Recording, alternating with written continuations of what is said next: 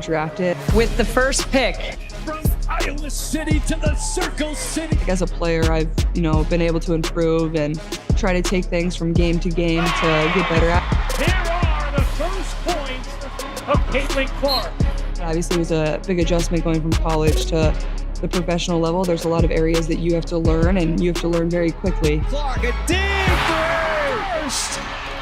Triple double for a rookie. Caitlin Clark has it. And I feel very thankful to be surrounded by a coaching staff and teammates that, provided me a lot of grace, but always was there to be a shoulder to lean on and to really help me. I feel like I can continue to show up and be the same person that I am. And it was perhaps statistically the greatest college career, men or women, in the history of the sport. 51 broken records. The all-time points leader in NCAA history. Third all-time in women's D1 assists. She led an Iowa women's basketball team that had been to the Final Four once previously to 2 championship appearances. The signature logo 3 and no-look pass, building a fan base never before seen in women's basketball, leading to the women's championship game, outdrawing the men's in viewership. Caitlin Clark jettisoned into not just a women's basketball star, but a household name and one of the most recognizable athletes on the planet. Not just lighting up scoreboards, but television screens too. Every box, whatever the box you have, Stephen A. Boy, right. She checked it. She checked it. Make no mistake about it. She deserves all the praise in the world that she's getting right now. With the first pick in the 2024 WNBA draft, the Indiana Fever select Caitlin Clark, University of Iowa. I mean, you're sitting at your table, and obviously I kind of knew what was going to happen, but you're sitting at your table with your family, you're still a little anxious, and then the commissioner comes out and calls your name. It's super, super special and super fun for my family to be there and enjoy that with me. And it definitely shows that the hard work pays off. And I think more than anything, I'm just grateful. I think I told my mom this, I earned it. I earned this moment, I worked for it, and draft night only happens once, so soaking that in with all of them and enjoying it was super special, and a lot of my teammates, my coaches were there, having them to celebrate that with me, because I wouldn't have been there if it wasn't for all of them. It's all hers. Back to you.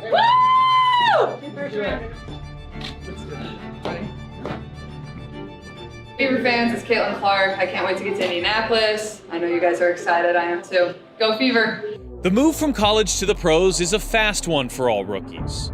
But with the season starting earlier in 2024 due to the Paris Olympics and the media spotlight Clark had garnered, the next few weeks would be a whirlwind.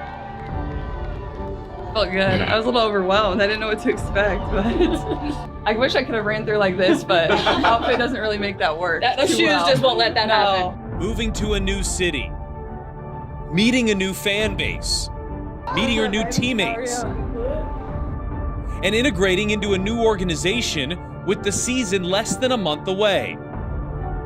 And instantly, it would become clear that the spotlight on the Fever organization would be different than the franchise has ever seen, as Clark made appearances on numerous national outlets and media poured into practices just to get their first glimpse of the 2024 Indiana Fever and Caitlin Clark as a pro.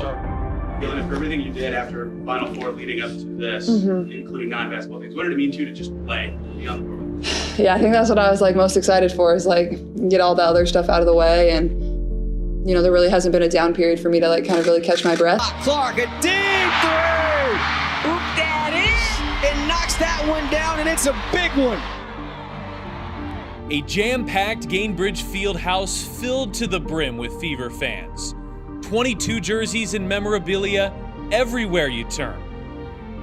Fans packed in the players' tunnel, hoping for a moment, an autograph from their young star.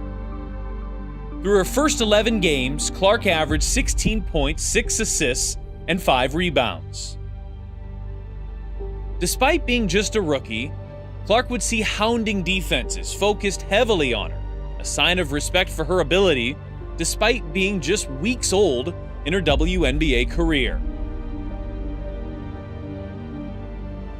Then, Game 12, in the nation's capital, A night when both Clark and the Indiana Fever would transform seemingly overnight.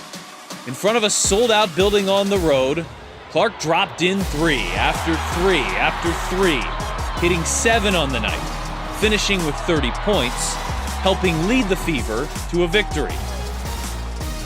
As it would turn out, from that night in DC on, the Fever would have the #1 offense in the WNBA, even better than #1 New York or two-time defending champion Las Vegas.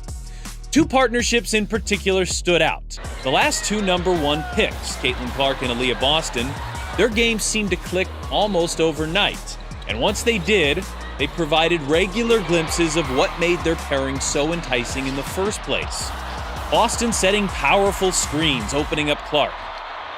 Obviously, AB has probably, the most experience to what I kind of had to deal with coming in here, being the #1 pick and coming to this franchise.